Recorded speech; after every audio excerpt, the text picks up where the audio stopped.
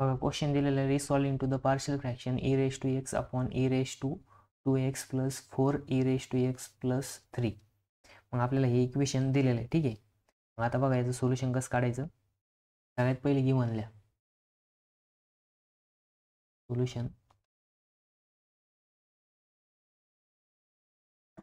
Solution काय बघा इथं गिव्हन काय दिलेलं आहे ए raise to x.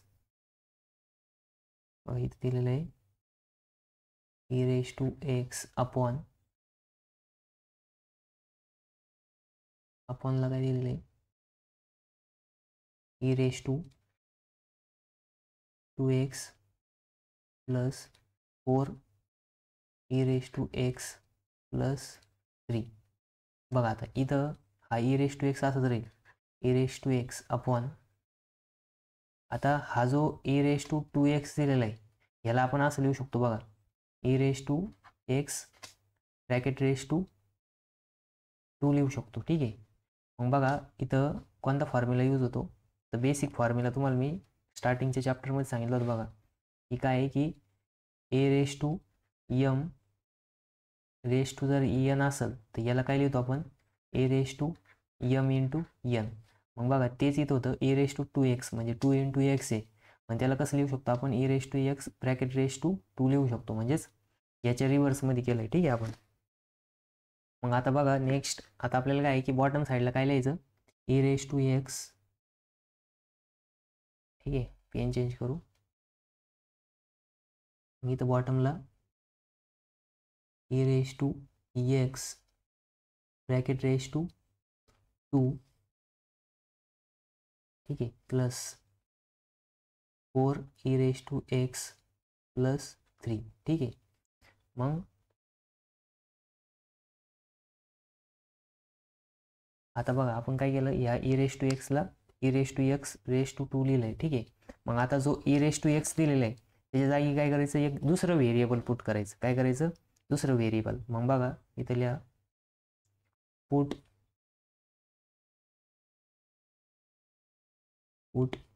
e raise to X equals to T. मग e raise to X equals to T put करा. कशामध्ये सपोज आता याला आपण इक्वेशन नंबर 1 नाव देऊ. ठीक आहे. Equation number 1. मग बघा e रेज टू एक्सच्या जागेवरती जर टी पुट केलं तर काय येईल मग बघा e रेज टू एक्सच्या जागेवरती टी म्हणजे टी अपॉन काय येणार बघा T upon e raise to आता e रेज टू एक्सच्या जागेवरती काय पुट करायचं आहे आपल्याला टी पुट करायचं आहे. ठीक आहे. मग e रेज टू एक्सच्या जागेवरती टी जर पुट केलं तर मग ब्रॅकेट रेज टू 2 तसंच राहणार.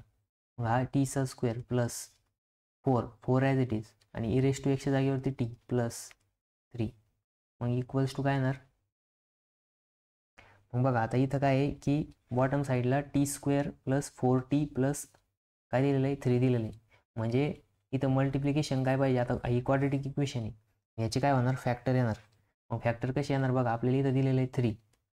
मग 3 मल्टिप्लिकेशन आलं पाहिजे प्लस 3 आणि ॲडिशन आली पाहिजे 4. मग 3 1 जा 3 म्हणजे दोघांची जर ॲडिशन केली ते काय येणार आहे 4 येणार आहे. ठीक आहे. मग फॅक्टर आली बघा टी प्लस 3 दोघांना पण प्लस साईन येणार कारण की इथं मल्टिप्लिकेशन प्लस आलेलं आहे. ठीक आहे. बघा याला पण प्लस साईन याला पण प्लस साईन. मग बघा इथं येणार टी प्लस 3 आणि इथं येणार टी प्लस 1 हे दोन काय आले फॅक्टर आले. मग बघा आता इथं जर तुम्ही ऑब्झर्व केलं डिनॉमिनेटरला काय आहे की नॉन रिपीटेड लिनियर फॅक्टर आहे. कोणते फॅक्टर आहे नॉन रिपीटेड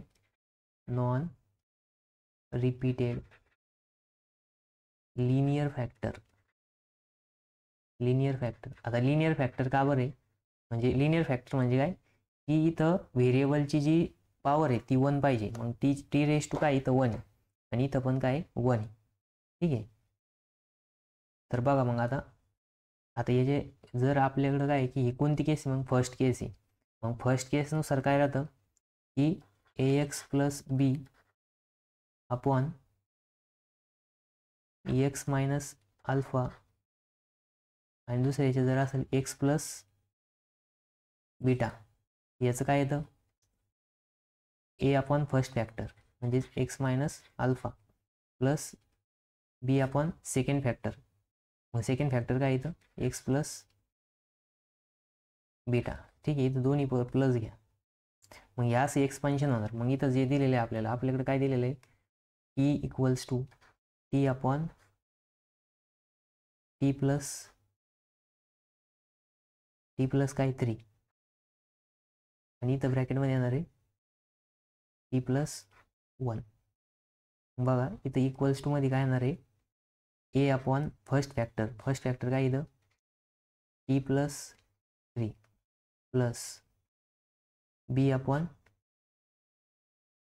टी प्लस 1. मग याला इक्वेशन नंबर काय नाव द्यायचं 2 नाव द्या. ठीक आहे, इक्वेशन नंबर 2. मग आता काय करायचं क्रॉस मल्टिप्लिकेशन करायचं. क्रॉस मल्टिप्लिकेशन केल्यावर काय येणार ही साईड तर तशीच राहील. ठीक आहे, मग आपण ही साईड तशीच लिहू E equals to T plus 3 upon T plus 1 equals to, आता बघा क्रॉस मल्टिप्लिकेशन इथं काय टी प्लस 3, मग इकडचं इकडं मल्टिप्लाय होणार, मग ए इंटू टी प्लस 1, त्याच्यानंतर ना हा प्लस बी इंटू ब्रॅकेटमध्ये येणार टी प्लस 3, आणि आपणला काय येणार दोघांचं मल्टिप्लिकेशन, म्हणजे इथं काय येणार आहे टी प्लस 3 आणि टी प्लस 1. मग बघा दोन्ही बाजूला डिनॉमिनेटर कसं आहे सेम आहे, मग सेम डिनॉमिनेटर काय होणार कट होऊन जाणार. ठीक आहे, त्याच्यानंतर ना नेक्स्ट येणार equation number 3 t equals to a into ब्रॅकेटमध्ये येणार t plus 1 plus b into काय येणार ब्रॅकेटमध्ये येणार टी प्लस 3. मग इक्वेशन नंबर आलं 3. ठीक आहे, मग बघा आपल्याला आता इक्वेशन 3 भेटलं. याच्यानंतर काय करायचं ए आणि बी फाइंड आउट करायची.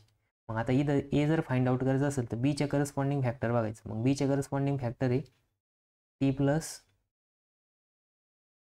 काय टी प्लस 3 आणि याला इक्वल्स टू काय करायचं 0 करायचं. मग हा 3 इकडे प्लस इकडे आले काय होईल मायनस होईल.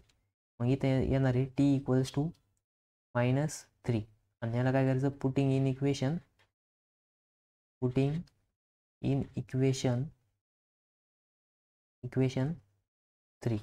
मग इक्वेशन 3 मध्ये पुट करा. मग इक्वेशन 3 मध्ये जर पुट केलं मग टीच्या जागेवरती -3, मग -3 इक्वल्स टू बघा ह्या टीच्या जागेवरती -3 ए into ब्रॅकेटमध्ये -3 plus 1 plus b into ब्रॅकेटमध्ये -3 आणि +3, ते काय होणार दोन्ही 0 होणार. ठीक आहे, म्हणजे बी इक्वल्स टू काय येणार बी इंटू 0 येणार. मग इथे येणार बघा -3 इक्वल्स टू आता बघा -3 प्लस 1 म्हणजे इथे येणार आहे -2 इंटू ए प्लस 0. मग बघा आपल्याला आता ए इक्वल्स टू काय भेटणार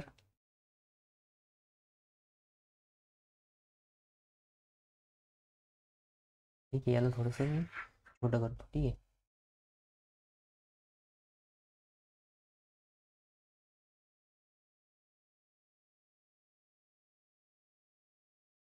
याला इथं लिहितो. ठीक आहे,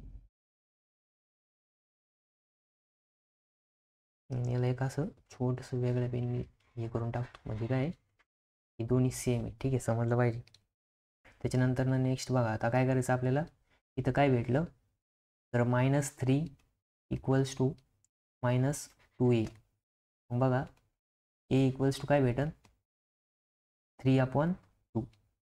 मग हा मायनस मायनस काय होणार प्लस होऊन जाणार. ठीक आहे, कट होऊन जाणार आणि आपल्याला आन्सर भेटणार ए इक्वल्स टू 3/2. ठीक आहे, मग आता नेक्स्ट सेम बी काय फाइंड आउट करायचं बी फाइंड आउट करायचं. मग बी फाइंड आउट करायला काय करावं लागेल मग आता बघा बी फाइंड आउट करायचं तर एचे करस्पॉन्डिंग फॅक्टर बघायचं. इथं लिहायचं टी प्लस 1 इक्वल्स टू 0. मग टी इक्वल्स टू काय येणार आहे T equals to -1 putting in equation 3. Equation 3 मध्ये पुट करायचं. इक्वेशन 3 काय आपलं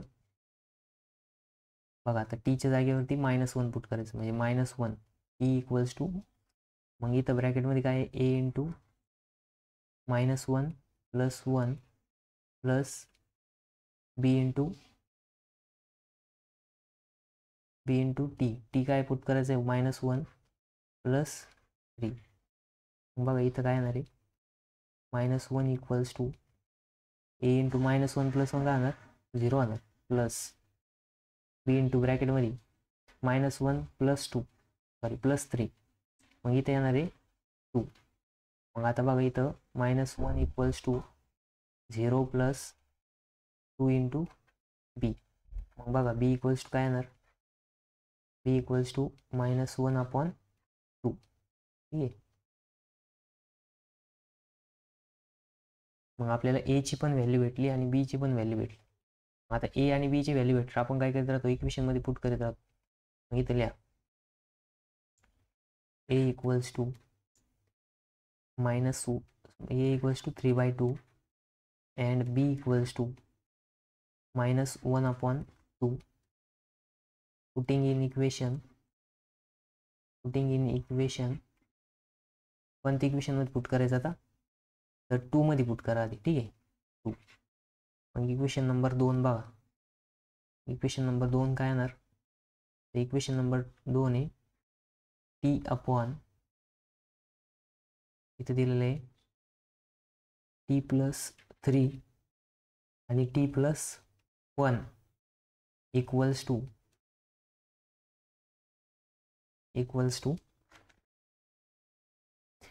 टू काय येणार आता,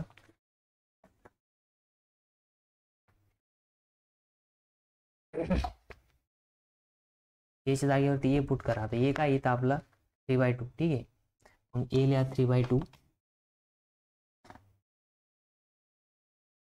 आता 3 वरती लिहू आणि 2 खाली लिहायला लागेल. ठीक आहे, 2 इंटू ब्रॅकेटमध्ये t+3. ठीक आहे, प्लस, आता इथं प्लस काय आहे, -1/2 इंटू ब्रॅकेटमध्ये येणार t+1. ठीक आहे. मग बघा आता इथं काय आहे, की आपल्याला इथं इक्वल्स टू मध्ये येणार 3/2 इंटू ब्रॅकेटमध्ये येणार t+3 मायनस, आता हा मायनस आहे, इथं प्लस मायनस मायनस होणार, 1/2 इंटू ब्रॅकेटमध्ये t+1. ठीक आहे. मग आता बघा इथं आपण जे आधी x equals to T put केलं होतं, आता ते रिटर्न परत पुट करायचं. ठीक आहे. मग बघा इथं हे जे फॅक्टर आहे ह्या जरी राहणार. ठीक आहे,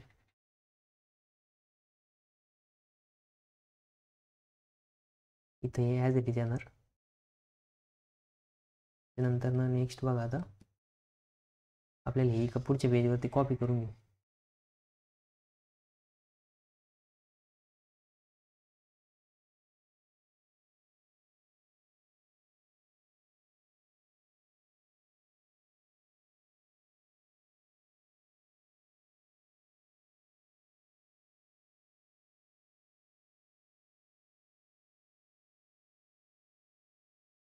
बघा आता आपण काय केलं, हे पाठीमागच्या साईडला आपले जे फॅक्टर आले ते ए आणि बी देऊन ते पुढं आणलं. ठीक आहे. मग आता इथं लिहायचं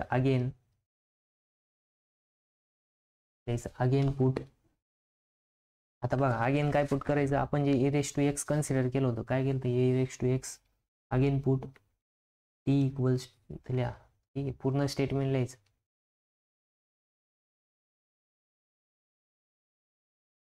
again putting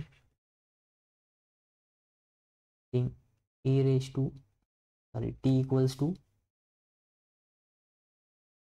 e⁻x in equation.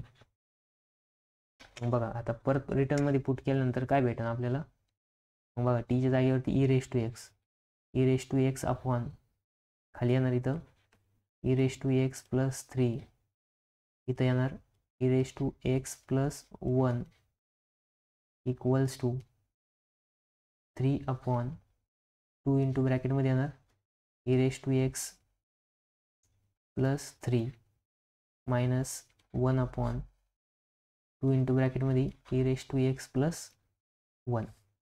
मग बघा आता इथं 1/2 दोन्ही नाही का, म्हणजे इथं पण 2 इथं पण 2 आहे. आपण एकदाच कॉमन घेऊ 1/2. ब्रॅकेटमध्ये काय येणार बघा, 3/e⁻x+3 मायनस 1/e⁻x+1. हा ब्रॅकेट कम्प्लीट. ठीक आहे. आणि इथे येणार e⁻x+3 आणि इथे येणार e⁻x+1. हे काय आलं आपलं फायनल आन्सर आलं. ठीक आहे. म्हणजे इथं काय केलं आपण, सबस्टिट्यूट केलं, e⁻x = t पुट केलं आणि टीच्या नुसार काय केलं, इक्वेशन सॉल्व्ह केलं. आणि सॉल्व्ह केल्यानंतर ना आपल्याला जे पार्शियल फ्रॅक्शन भेटला त्याच्यामध्ये जो टी होता त्या टीच्या रिप्लेसमेंटमध्ये आपण जे आधी पुट केलं होतं ते परत रिटर्न पुट करून दिलं आणि आपल्याला फायनल आन्सर भेटलं. ठीक आहे. बघा असं सेम नेक्स्ट प्रॉब्लेम बघू आपण.